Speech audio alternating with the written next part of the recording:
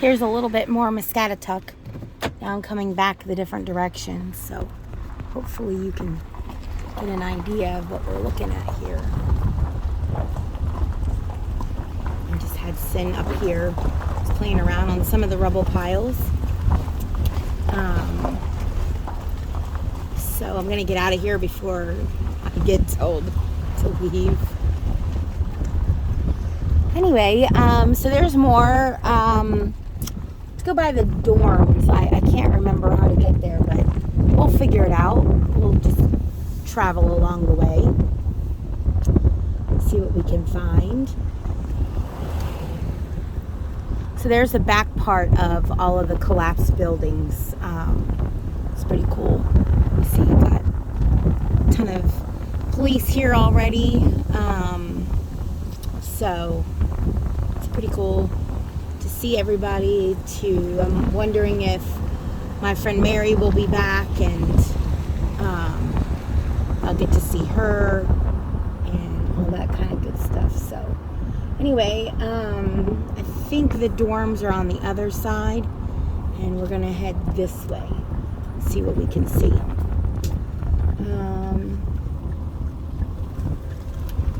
I think that's an embassy. I believe that is the embassy or something. I don't know. Anyway, that's what I thought it was last year, or the year before, whenever. In 2018, whenever the hell I was here last. So I think the dorms are this way. So we're gonna go this way and see what we can see over here.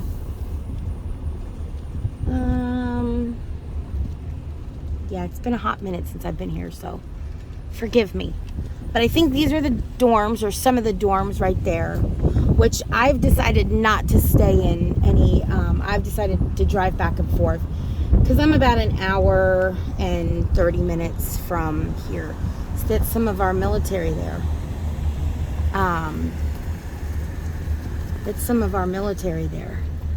So anyway, because they're not training, we're able to film. So that is more of the dorms over there. I think that was the dorm I stayed in when we first did our certification in 2018. That was the dorm that I met the wonderful Miss Mary in.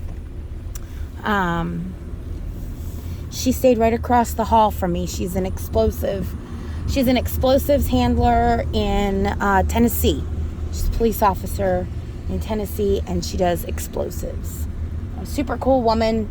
I hope she'll be here this year because it's been several years since I've seen her, and we used to keep in contact, but of course I've gotten multiple phones, and so now I've lost contact with her, unfortunately. But super cool lady,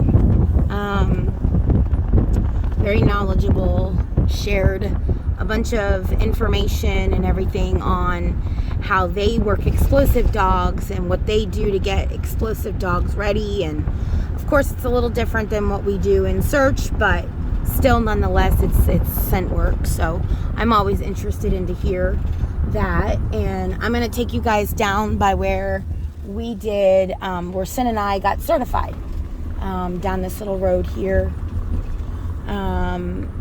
It looks a little bit more built up. That's where we did a burn building. Looks like they've cleaned it out though. Doesn't look like a burn building anymore. Anyway, so this is where we went and took our test down this way. So in Ipwata, they have to pass your land certification, it is a 2-acre sector. This is where we parked right here. And we all parked and waited. And then we walked our canines down this road right here. And this is where we did the test. So you see coming up these round bales right here. They used to have these round, I don't know if they still have it, and this is just more. But they used to have, this is the field we tested in. They used to have those round bales. Oh, and they still have them. I guess they're covered up a little bit more or whatever. But this was the 2-acre sector that we tested in. And as we were walking down, the HR was set up in those round bales over there. And as Sin and I are walking down, well, Sin already caught odor, so I let her go. This is where we basically, kind of where that little flag is right there is where we started our sector. That little flag right there on that piece of grass or whatever it is, weed or whatever sticking up. And so we started there, and of course I let her go and gave her her search command, and she immediately bolted over to the round bales that are in the woods that are covered up a lot more now.